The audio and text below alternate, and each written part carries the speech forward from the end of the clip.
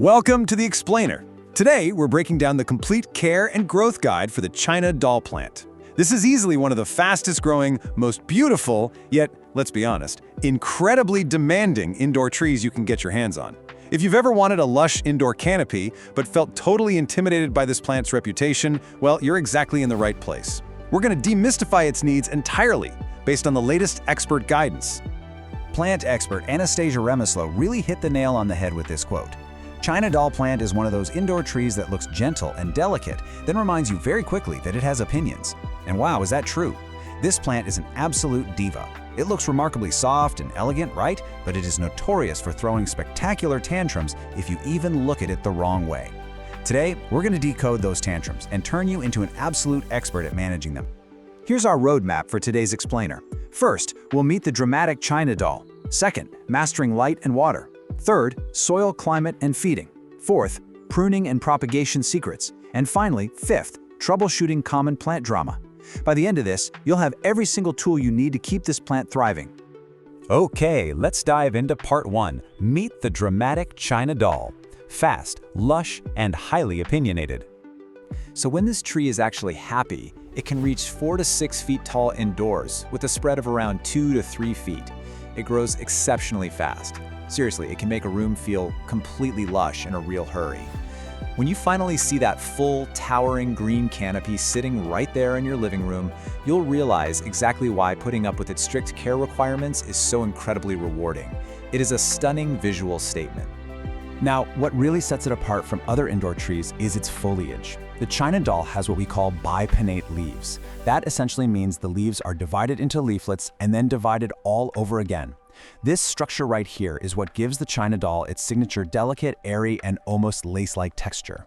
If you want an indoor tree that feels light and elegant rather than visually heavy, like a standard ficus, a money tree, or an umbrella plant, this bipinnate foliage is exactly what makes it such a prized aesthetic choice. Moving right along to part 2, mastering light and water, the Goldilocks zone. First up, light. This plant demands bright, indirect light for the majority of the day. An east-facing window, that is often the absolute ideal sweet spot. Remember, this is a fast-growing plant, and fast growth costs a lot of energy. Bright light is literally the fuel that keeps its canopy nice and dense.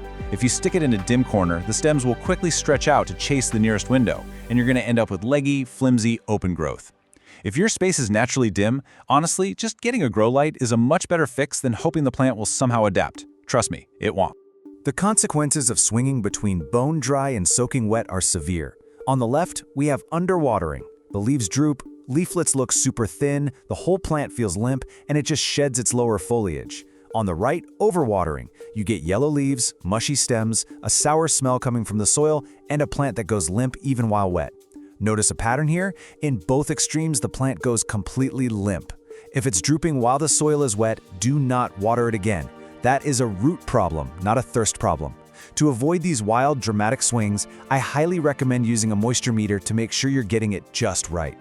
Your watering rhythm also absolutely has to adapt to the seasons. Take a look at this. In spring, growth kicks off, so it needs the most regular attention. By summer, the bright light and warmth dry the soil out much faster, especially if you're using a terracotta pot, so you really need to check it often. Come fall, growth naturally slows down, so you can back off gradually. And in winter, it still desperately needs even moisture, but just much less frequently.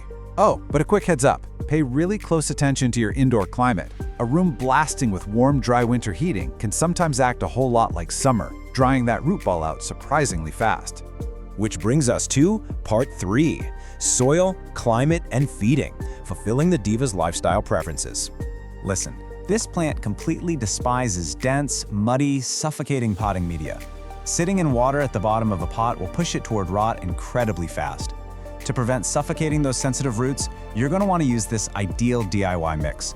2 parts quality potting soil, 1 part perlite or pumice, and 1 part fine orchid bark or cocoa chips. This specific blend gives you a rich, airy mix that holds just enough steady moisture for growth, but actively opens up the root zone. That way, water actually moves right through the pot rather than just sitting around suffocating the plant. Next up, let's look at the air around the plant. The ideal temperature range is a very comfortable 65 to 80 degrees Fahrenheit, paired with 50% or higher humidity.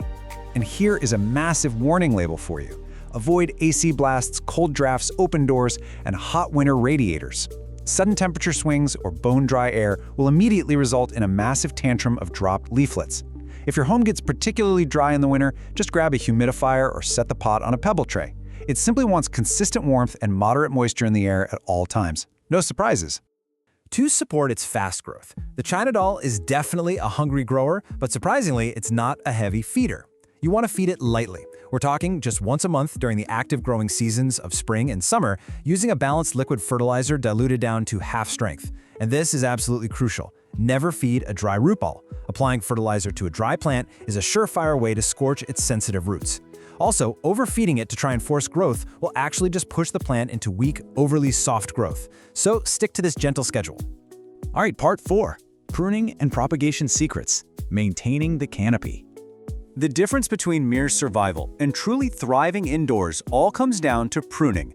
For the China doll, pruning isn't just optional, it's absolutely essential. Without it, the stems just run long and the plant turns into this thin, bare framework. You want to pinch the soft tips on young plants to continually encourage branching. For older stems, use clean, sterile pruners to cut just above a leaf node. That strategic little cut signals the plant to push out fresh, dense growth right below it, keeping the canopy beautifully full, balanced, and allowing light to actually reach the inner stems. So what do you do if you want to propagate those older stems? Now, if you have younger, softer growth, basic stem cuttings work great. But for older, woody stems that just do not root easily, you need a pro secret: air layering. Here's how it works. Step 1, identify an older woody stem. Step 2, use the air layering technique. Basically, you wrap a small section of a scraped stem in moist rooting medium, which allows new roots to form while it is still firmly attached to the mother plant. Then, step 3, once a healthy root system develops inside that wrap, simply cut it off below the roots and pot it up. It's an incredibly smart way to rescue a leggy specimen or get a fuller plant without losing a mature branch. Let's move into part 5, troubleshooting common plant drama, handling the tantrums. If you own a China doll for long enough, you will undoubtedly experience its signature tantrum, the dramatic leaf drop. You might literally walk in one morning and find half the foliage just covering the floor. But don't panic. This is mostly just a severe stress response to being surprised. It's triggered by moving the plant, sudden cold drafts, wild swings in your watering routine, or abrupt shifts in lighting. Honestly, the China doll plant absolutely hates being surprised more than it hates any specific mistake.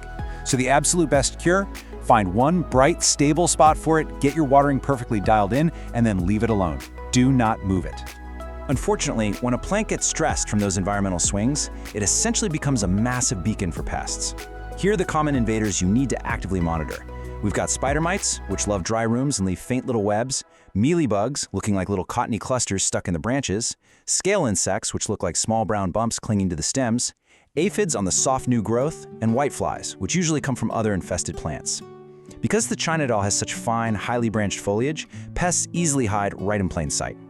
I highly advise wiping the leaflets gently with a damp cloth on a regular basis.